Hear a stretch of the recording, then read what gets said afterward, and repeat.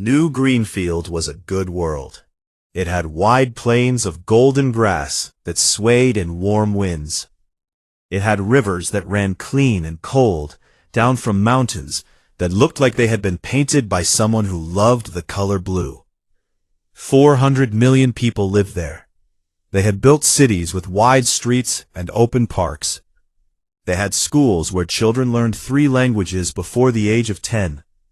They had a small Concord trade outpost on the northern continent, where humans and aliens exchanged goods and stories, and sometimes shared meals that neither species fully enjoyed, but both pretended to. New Greenfield died in 9 hours. The Vreth did not land troops. They did not send demands. They did not attempt any form of communication. Their ships moved into orbit and began firing weapons that the Concord scientists would later identify as gravitational bombardment arrays. The weapons did not burn. They reached down into the planet's crust and twisted, cracking tectonic plates apart like eggshells, forcing magma to the surface in sheets of fire that stretched from horizon to horizon. The oceans boiled. The atmosphere filled with ash and superheated gas. The cities, the parks, the schools, the golden grass, all of it was gone before most of the population even understood what was happening. A few thousand people made it to evacuation ships, a few thousand out of 400 million. The news reached Earth 14 hours later, carried by a relay drone that had been launched from the Concord outpost moments before the station was destroyed. The footage was fragmentary and terrible. It showed the sky turning red. It showed the ground splitting open beneath a residential district. It showed a woman holding 2 children, running toward a landing pad. And then the footage cut to static. The world went quiet. Daniel Hobbs stood before the Concord assembly and pleaded for help. His voice cracked twice, something that had never happened in 12 years of diplomacy. He asked for ships. He asked for weapons. He asked for anything. The Concord delegates listened. They expressed deep sympathy. Several species offered humanitarian aid and temporary housing for refugees. But when Daniel asked for military support, the hall fell silent. The Pelori delegate was the one who finally spoke. "Ambassador Hobbs, we understand your pain, but you must understand our position. The Vreth Dominion has attacked other civilizations before. Their pattern is always the same. They arrive, they destroy, they move forward. No species in the Concord has ever defeated them in direct combat. Our strategic doctrine in such situations is withdrawal and consolidation. We advise humanity to evacuate its outer colonies and move closer to Concord-protected space." Daniel stared at him. "You want us to run. We want you to survive." Daniel returned to his quarters and sat in the dark for a long time. The Vreth did not stop.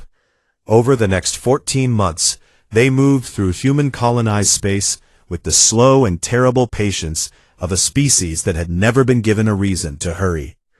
Port Wayland fell 3 months after New Greenfield. It was a mining colony, rough and practical, home to 80 million workers and their families. The Vreth cracked it open the same way. Gravitational bombardment. No warning, no mercy. Then Osborne's Landing. 200 million people. A farming world with soil so rich that crops grew twice as fast as they did on Earth. The Vreth turned it into a ball of magma and dust. Then Haverfield Station, a deep space hub. 60 million people, gone. The number was so large that it stopped meaning anything. It was just a number. It sat in news reports and government statements like a stone too heavy to lift, too big to look at directly. Nate Calloway tried not to think about the number.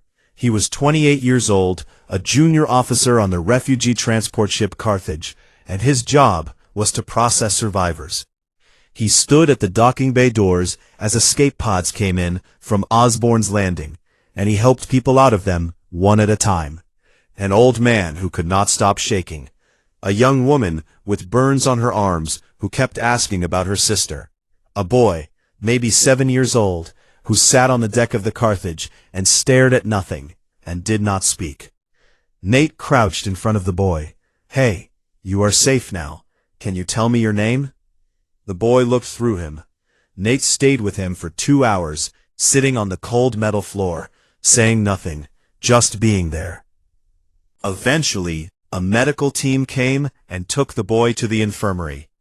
Nate watched them go, and then walked to a storage closet, and closed the door, and pressed his forehead against the wall, and breathed until his chest stopped hurting. He had joined the service to help people. He had never imagined this. Back on Earth, the grief was changing. It was a slow change, the kind that happened deep underground, where no one could see it until it was too late. Candlelight vigils filled the streets of every major city. People stood in silence, holding small flames against the dark, and wept for worlds they had never visited and people they had never met. But the silence did not last. The vigils became marches. The marches became loud. People carried signs that said things like "No more running" and "Let us fight." The anger was not wild or scattered. It was focused. It was patient. It was the kind of anger that comes from a species that has spent thousands of years fighting and has learned exactly how to hold its rage until the right moment. The Commonwealth Senate convened in closed session on a Tuesday morning. The gallery was empty. The doors were locked. The discussion lasted 4 hours, but the result was never in doubt. Every senator in the chamber had lost someone. Every senator had watched the footage. Every senator had seen the boy who would not speak. The vote was unanimous. The Senate Speaker, a woman named Patricia Dunn, with a voice like gravel and eyes that had not been dry in months, spoke the words into the official record. Protocol Fenris is activated, effective immediately. God help us all. 6 billion kilometers away, on a station that did not appear on any chart, Admiral Grace Whitmore's console chimed. She read the order. Then she picked up her communicator and opened a channel that had been silent for 30 years. "This is Admiral Whitmore," she said. Her voice was steady. "Wake them up. Wake all of them up." And across Earth and its remaining colonies, in quiet houses and ordinary offices and unremarkable buildings, phones began to ring. Megan Alcott was eating breakfast when her phone rang. It was a Tuesday. She was sitting at her kitchen table in Denver, with a cup of coffee that was still too hot to drink, and a bowl of cereal that was getting soft.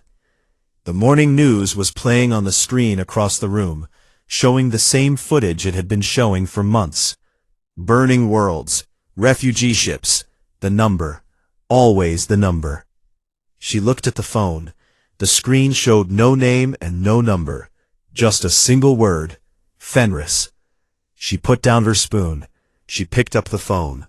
A voice on the other end spoke a string of words that had been drilled into her memory 8 years ago, during the last training cycle she had attended, before they told her to go home and wait. "Confirmed," she said. Her voice did not shake. She stood up. She walked to her bedroom. She opened her closet and moved the clothes to one side, and pressed her thumb against a panel that looked like part of the wall. Inside was a bag she had packed years ago. She pulled it out, slung it over her shoulder, and walked out of her apartment without looking back. All across Earth, the same scene played out 10,000 times. In a suburb of Chicago, a high school football coach named Pete Garza kissed his wife on the forehead and told her he had to go. She looked at his face and did not ask where. In a research lab in Houston, a biochemist named Laura Price closed her laptop, locked her office, and drove to an address she had memorized but never visited. In a fire station in Boston, a paramedic named Kevin Shaw told his crew he was taking personal leave. He did not tell them he was a trained combat pilot. They all went to the same kinds of places. Unmarked buildings on the edges of small towns. Underground facilities beneath parking lots. Hangars disguised as warehouses. They walked in as civilians, and they came out as something else. On Neptune Station, Admiral Grace Whitmore had not slept in 48 hours. She did not need to. The adrenaline was enough. Around her, the station that had been silent for decades was humming with activity. Officers she had kept on minimal duty for years were now running between control rooms with purpose in their steps and fire in their eyes. Communication channels that had been dormant were alive with encrypted traffic. The machine was waking up, and it was waking up fast. "Status on the First Fleet," Grace said, not looking up from her tactical display. 12 carriers, 38 destroyers, and 92 support craft are powered and running final checks, her aide, a young officer named Sam Ruiz, reported. "The Second Fleet will be operational within 36 hours. Third Fleet within 72. Grace nodded. 3 full battle fleets. Ships that the Concorde believed had been melted down for scrap metal. Each one armed with weapon systems that violated at least 4 Concorde treaties. Kinetic accelerators, plasma lance arrays, guided nuclear packages, and a few things that did not have names yet because they had never been used outside of simulation. "And the ground forces?" she asked. "Mobilization is at 60% and climbing. Drop teams are forming up at 17 staging points across the colonies. Armor and equipment are being distributed from the deep caches." Grace allowed herself one small, tight breath. It was actually happening. After 30 years of sitting in the dark, keeping the flame alive, telling herself every day that this was important, even though it might never matter, it was actually happening. She wished it was not. Megan Olcott arrived at a staging facility outside of Colorado Springs 4 hours after the call. She walked through a security checkpoint that scanned her face, her fingerprints, and something in her blood that she had been told was a biological marker keyed to her specific genetic code. Then she was inside, and the world she had been living in for the past 6 years fell away like a mask. The facility was enormous. Underground, carved out of rock, lit by harsh white lights that made everything look sharp and clean. Rows of powered assault armor stood in charging racks along the walls. Each suit a matte gray shell of composite plating and servo-assisted joints that could turn an ordinary human into something that could punch through a bulkhead. Megan walked to the rack with her name on it. She ran her fingers along the chest plate. It was cold. She suited up. The armor closed around her like a second skin, the internal systems humming to life, feeding data to the display inside her helmet.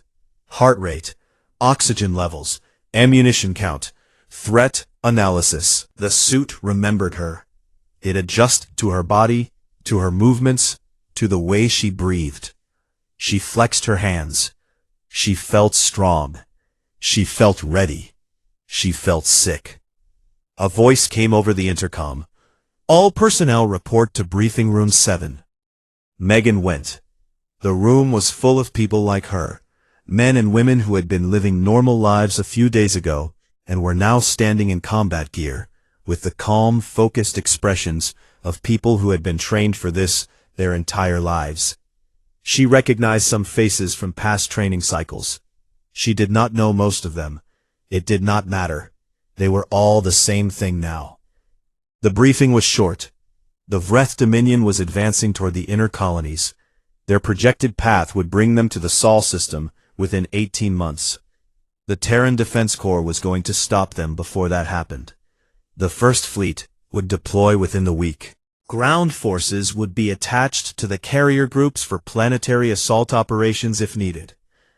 The objective was simple. Push the Vreth back. Make them stop. Make them regret.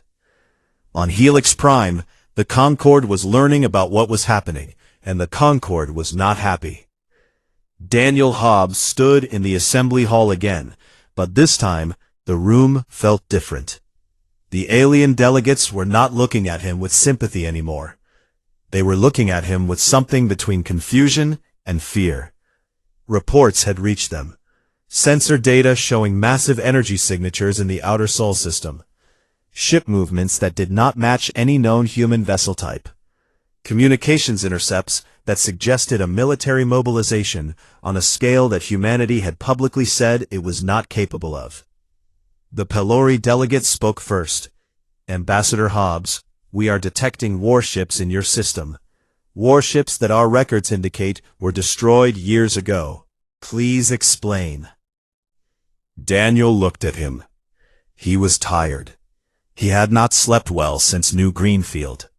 He had dark circles under his eyes, and his suit did not fit the way it used to because he had lost weight. But his voice, when he spoke, was clear and steady. The Concord advised us to run, Daniel said. We considered that advice carefully. We have decided not to take it. You have been hiding a military force, another delegate said. This is a violation of your membership agreements. Yes, Daniel said. It is. The hall erupted. Voices overlapped. Translators struggled to keep up. Daniel waited. He had learned patience from 12 years of diplomacy, and now that patience served him one final time. When the noise died down, he spoke again. 3 billion of our people are dead. 4 of our worlds are gone. We asked for your help, and you told us to run. So now we will handle this ourselves. You can watch. You can judge. You can revoke our membership if you want, but you will not stop us. He paused and looked around the room, meeting alien eyes of every shape and color. We were gentle because we chose to be. You are about to see what happens when we choose otherwise. He turned and walked out of the hall. Behind him, the assembly sat in silence. Several delegates later reported that they felt something they had never felt before in the presence of a human. They could not quite name it, but the closest translation in most of their languages was the word used for the feeling a prey animal gets when it realizes it has been standing next to a predator the entire time. On Neptune Station, Admiral Grace Whitmore gave the order. The First Fleet moved out of the asteroid docks and pointed itself toward the stars. The ships were black against the black of space, and they made no sound, and they carried with them the fury of a species that had finally stopped pretending. The Vreth expected easy prey at Kepler 442. They had good reason to. Every species they had encountered in 3 centuries of conquest had fought the same way. Defensive formations, cautious retreats, desperate last stands that crumbled within hours. The pattern was reliable. The Vreth had built their entire military strategy around the assumption that other species were afraid to die. They were traps. Admiral Grace Whitmore stood at the command display aboard the carrier Longbow and watched the red dots of the Vreth fleet on her screen. 160 enemy vessels, each one significantly larger than the biggest Terran ship. The Vreth favored size. Their warships were massive, heavily armored, built to withstand anything the galaxy could throw at them. They moved in tight, disciplined clusters, and they advanced on the human fleet with the confidence of a force that had never lost. All ships, weapons free, Grace said. She did not raise her voice. She did not need to. Every captain in the fleet heard her, and every captain understood. The first exchange of fire was violent enough to light up the system. The Vreth opened with their gravitational arrays, the same weapons that had cracked 4 human worlds. The beams reached for the Terran ships and found empty space. The human fleet had already moved, scattering and regrouping with a speed that the Vreth's targeting systems could not track. Human ships were smaller and faster, and they used that advantage without hesitation. Terran destroyers dove into the gaps between Vreth capital ships and opened fire at close range with kinetic accelerators. Weapons that fired solid metal slugs at a fraction of the speed of light. At that distance, the slugs punched through Vreth armor like needles through cloth. Explosions ripped along the hulls of 3 Vreth warships in the first 60 seconds, The Vreth adjusted. They were not stupid, and they were not slow. They tightened their formation and brought their point defense systems online, filling the space around their ships with a web of energy that shredded anything that came too close. 2 Terran destroyers flew into the web and came apart in silence. Grace watched the losses register on her display. 80 crew members per ship. 160 people, gone in seconds. She filed the grief away in a place she would visit later, if there was a later, and issued the next order. Second wave. Execute Pattern Blackthorn. Pattern Blackthorn was a Terran tactical maneuver that had been designed in simulation and never tested in actual combat.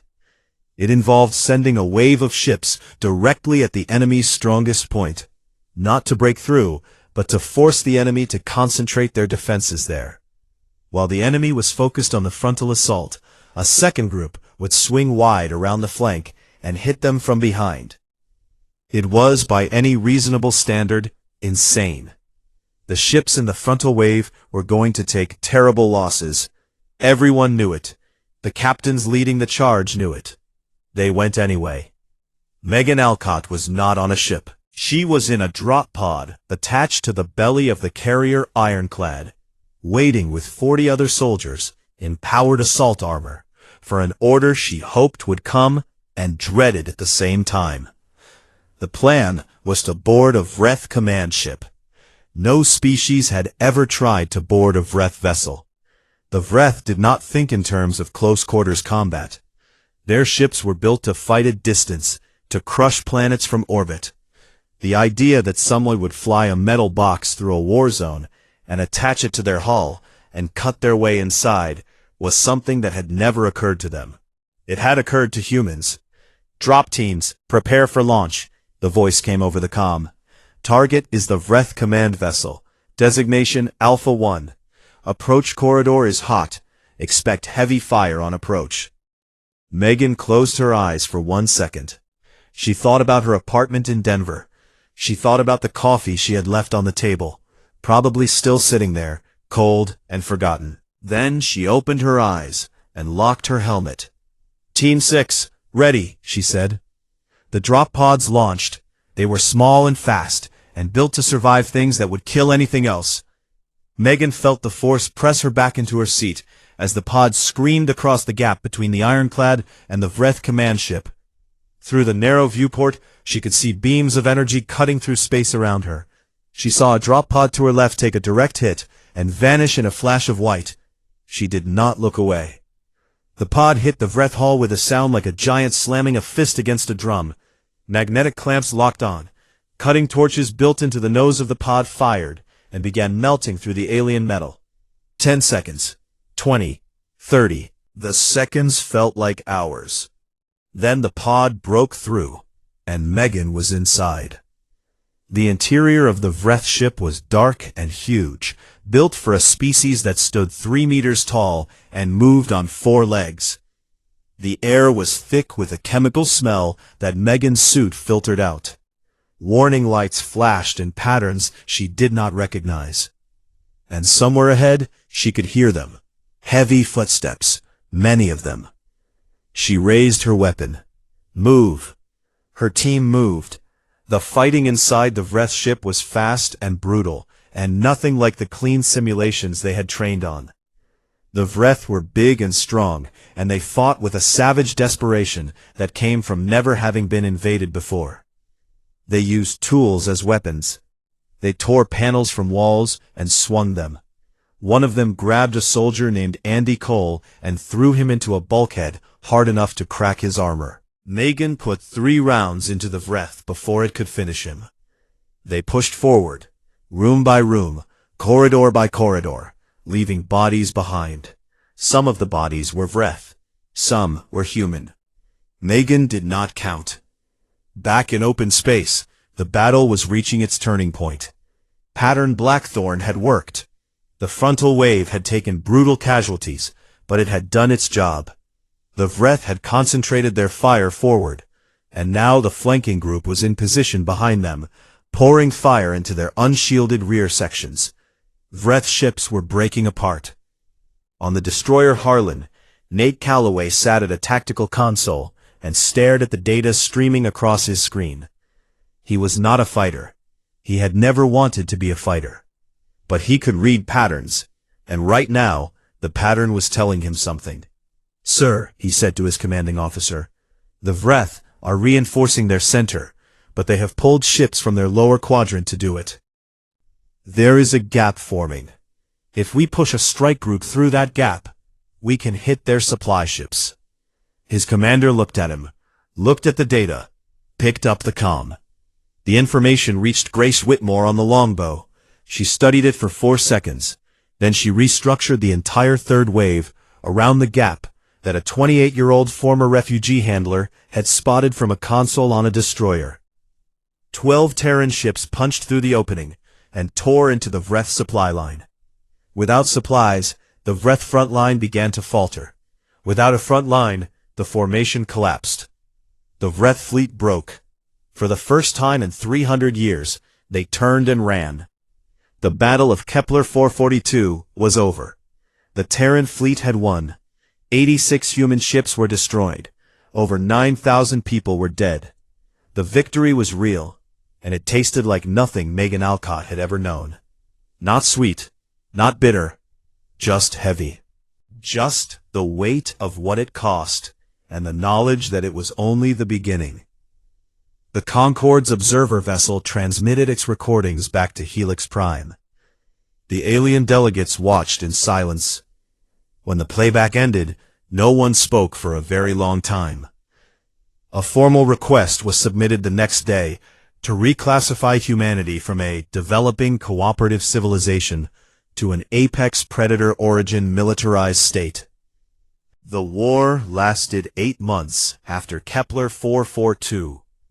8 months of fire and metal and silence between the stars. The Terran fleet pushed the Vreth back through 3 star systems, and each system cost them something that could not be measured in ships or ammunition. Each battle left scars. Each victory came with a list of names that would never answer when called again. But the humans did not stop. That was the thing the Vreth could not understand. They had faced dozens of species before, and every one of them eventually reached a point where the cost became too high, where the dead piled up enough to break the will of the living. They waited for the humans to reach that point.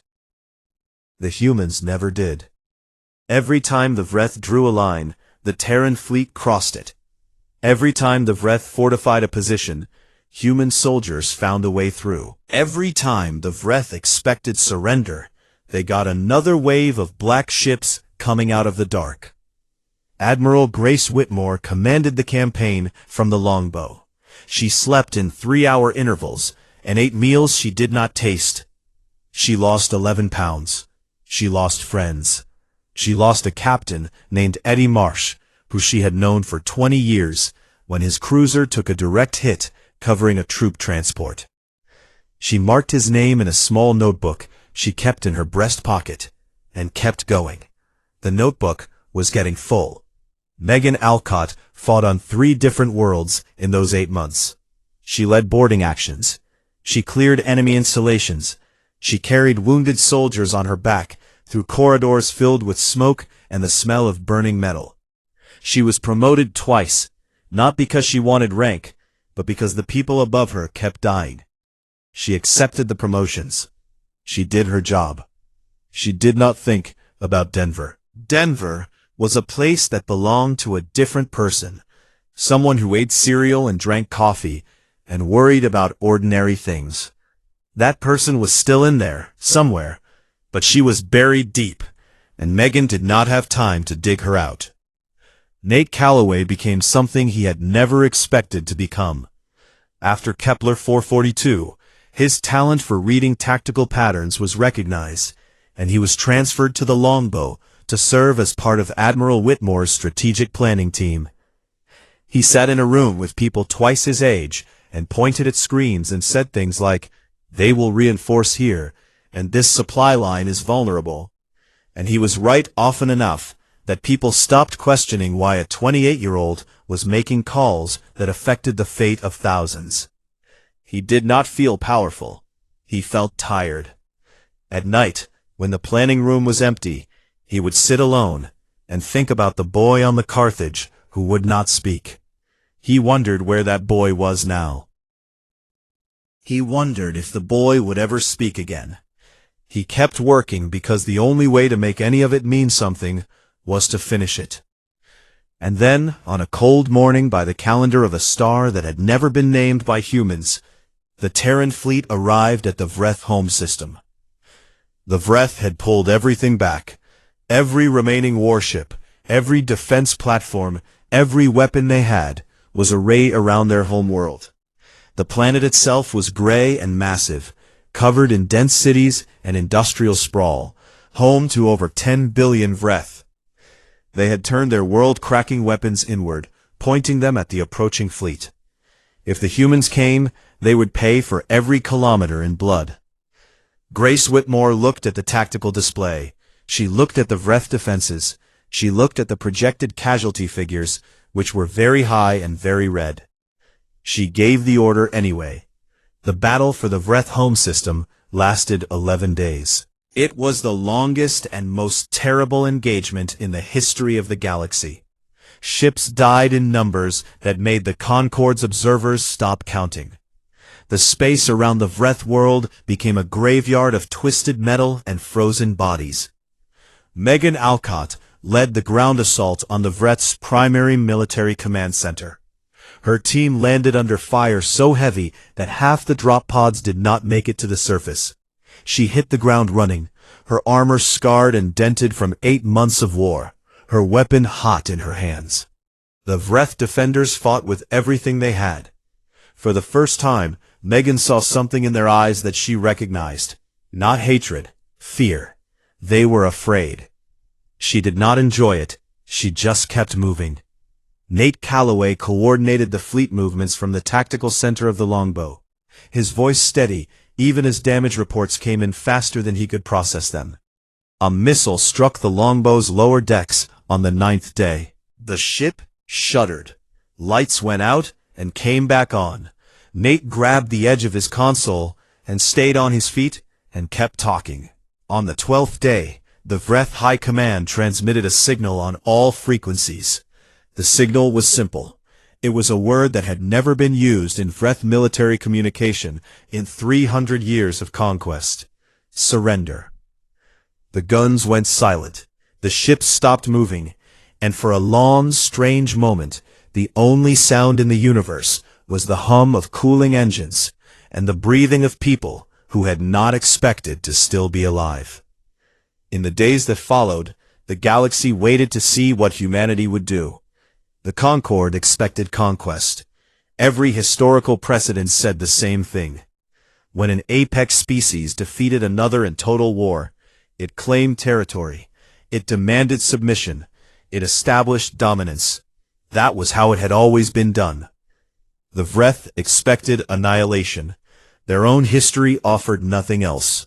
They had never shown mercy to a defeated enemy. They assumed they would receive none. Daniel Hobbs arrived at the negotiating table on a shuttle that looked too small for the occasion. He was thinner than he had been 2 years ago. His hair had gone completely white. His hands had a slight tremor that he controlled by keeping them flat on the table. But his voice was clear, and his eyes were steady. He sat across from the Vreth delegation, who towered over him in their seats, and he laid out humanity's terms. There would be no genocide, there would be no occupation, there would be no slavery or tribute or forced submission. There would be accountability, war crimes tribunals for the commanders who had ordered the destruction of human worlds, reparations, directed not to Earth, but to rebuilding funds for the colonies that had been lost. Supervised disarmament, with Vreth military forces reduced to a defensive capability only. And then Daniel said something that made the Vreth delegation go very still. Humanity would help them rebuild.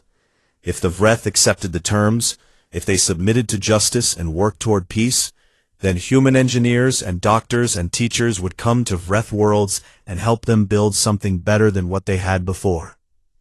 The lead Vreth negotiator stared at Daniel for a long time. "Why?" it asked. "You have the power to destroy us. Why would you help us instead?" Daniel looked at the alien across the table, this massive creature from a species that had killed 3 billion of his people, and he answered with the honesty of a man he had nothing left to hide. "Because we know what it is like to be a species defined by violence. We spent thousands of years killing each other. We nearly destroyed ourselves more than once. And we learned, the hard way, that destruction is not the only path forward. We can teach you that, if you let us." The Vreth accepted the terms. The war was over. Grace Whitmore retired. She went to a small house on the coast of Maine that she had bought years ago and never visited. She put the notebook full of names in a drawer. She planted a garden. On clear nights, she sat on her porch and looked at the stars and thought about the people who would never come home. And she let herself cry in a way she had never allowed herself to cry during the war. Megan Alcott went back to Denver. She found her apartment exactly as she had left it. The coffee cup was still on the table, crusted and stale. She washed it. She sat down. She stared out the window for a very long time. Then she called her old company and asked if her job was still open. It was. She went back to logistics. Some nights she did not sleep. Most nights she did. It was enough. Nate Calloway stayed in the service. He transferred out of tactical planning and into refugee resettlement. He helped families find homes on worlds that were being rebuilt. He was patient with them. He was kind. One afternoon, on a colony world that was starting to grow green again, he met a boy. The boy was older now, maybe 9, and he was quiet, but he spoke when spoken to. Nate crouched in front of him, just like he had done on the Carthage. "Hey," Nate said, "how are you doing?" The boy looked at him, not through him, at him. "Okay," the boy said, and he almost smiled. Months later, at a Concord diplomatic reception on Helix Prime, an alien ambassador approached Daniel Hobbs. The ambassador was tall and careful, and it had a question that had been circulating through every species in the galaxy since the war ended. "Your people showed us 2 faces, Ambassador, the diplomats and the warriors, the gentle hand and the iron fist. Which one is the real humanity?" Daniel Hobbs took a slow sip of his drink. He looked out through the observation window at the stars, at the vast and endless dark that held so much beauty and so much grief. And he thought about Grace in her garden, and Megan at her desk, and Nate on his knees in front of a boy who had learned to speak again. "Both," he said. "That is what makes us dangerous. And that is what makes us worth knowing." The ambassador did not respond. It simply looked at the small, fragile human standing beside it. And for the first time, it understood that fragile and harmless were not the same thing at all. Daniel Hobbs had not raised his voice in 12 years. That was the job. Smile at the aliens. Shake whatever passed for a hand. Nod when they explained their ancient traditions. Never push too hard. Never show too much teeth when you smiled. He stood at the wide observation window of the Concord Assembly Hall on the station called Helix Prime, watching the slow rotation of stars beyond the curved glass. Behind him, delegates from 47 species murmured to each other in translated whispers, their translucent skins and armored shells and feathered crests making the hall look like something out of a fever dream. Daniel had gotten used to it years ago. He had gotten used to a lot of things. Earth had joined the Galactic Concord in 2017-5, just 12 years before.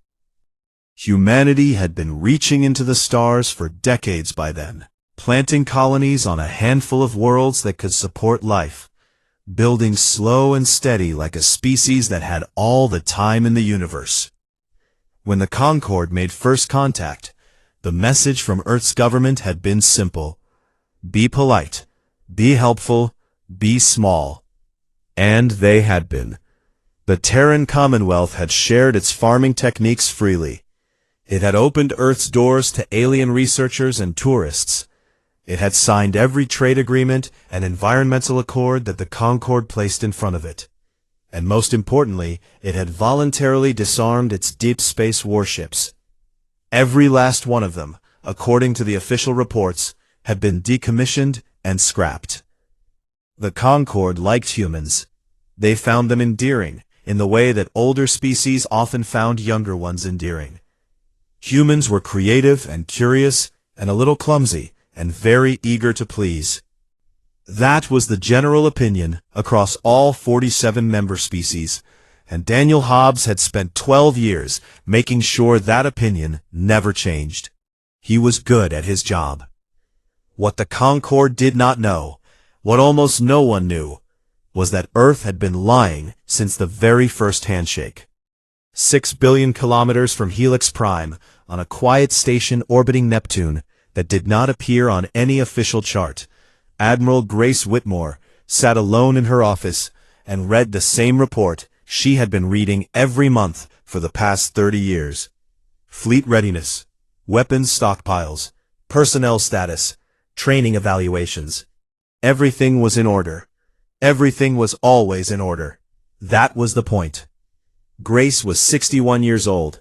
Her hair had gone silver at the temples, and her eyes had the kind of sharpness that came from decades of watching and waiting. She had joined the Terran Defense Corps when she was 22, back when the Corps still existed publicly. That was before the Concorde, before humanity had decided to play gentle. The core had not been dissolved. It had been hidden. The warships that the Commonwealth told the Concorde had been scrapped were sitting in concealed docks, carved into asteroids throughout the outer solar system. Their hulls were black and carried no markings. Their weapon systems were loaded and maintained on a rotating schedule. Every 6 months, a skeleton crew would power each ship up, run full diagnostics, and then shut it back down. The ships were sleeping, not dead. But the ships were only part of it. Grace pulled up another file on her screen. Personnel. The real secret. The one that would make the Concorde lose sleep if they ever found out. Humanity had not stopped training soldiers. It had just stopped calling them that. Scattered across Earth and its colonies, embedded in universities and athletic programs and private companies and research labs, there existed a network of men and women who had been quietly selected, trained, and maintained at combat readiness for their entire adult lives. They held normal jobs. They had families. They went to barbecues and complained about traffic and watched their children play in parks. And every few weeks, they reported to unmarked facilities for exercises that the rest of the world never saw. They were the product of something called Protocol Fenris.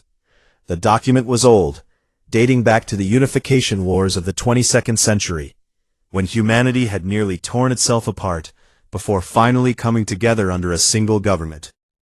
The men and women who wrote Protocol Fenris understood something fundamental about their own species. Humans were capable of extraordinary violence. It was baked into their bones, written into their history, carved into every battlefield and graveyard on every continent on Earth. Thousands of years of killing each other had made them very, very good at it. The authors of Fenris had a name for this capability. They called it the monsters. Not creatures, not beasts, people. Ordinary people who, when pushed far enough, could become something that the rest of the galaxy had no frame of reference for. The decision had been made, long before the Concorde ever knew humans existed, that the monsters would be kept quiet, kept hidden, kept ready. Grace closed the file and leaned back in her chair. She hoped, as she hoped every single day, that she would never have to open it for real. On Helix Prime, Daniel Hobbs finished his drink and turned back to the assembly hall. A delegate from the Pelori species, a tall being with skin like blue glass, approached him with the careful steps of someone who had something important to say. "Ambassador Hobbs," the Pelori said through its translator, "have you seen the latest sensor reports from the outer boundary?" Daniel had not. He raised an eyebrow and waited. "An unknown fleet has been detected at the edge of colonized space," the Pelori continued. "They are not responding to any communication attempts. Their energy signatures do not match any known Concord species." Daniel felt something cold settle in his stomach. "How large is the fleet?" "Over 300 vessels. They are holding position for now." The Pelori paused. "They have broadcast a single message, in a language our systems have partially decoded. They call themselves the Vreth Dominion." Daniel nodded slowly. He kept his face calm. "That was the job. I am sure the Concord will handle it," he said. But later that night, alone in his quarters, he opened a secure channel to Earth. The encryption was military grade, the kind that was not supposed to exist anymore. He spoke 4 words: "You should wake Grace." On the other side of the solar system, on a station that did not exist, Admiral Grace Whitmore's console lit up for the first time in years with a Priority 1 alert. She read the message. She read it again. Then she sat very still for a long time, looking out at the dark and the cold and the distant light of a sun that had no idea what was coming.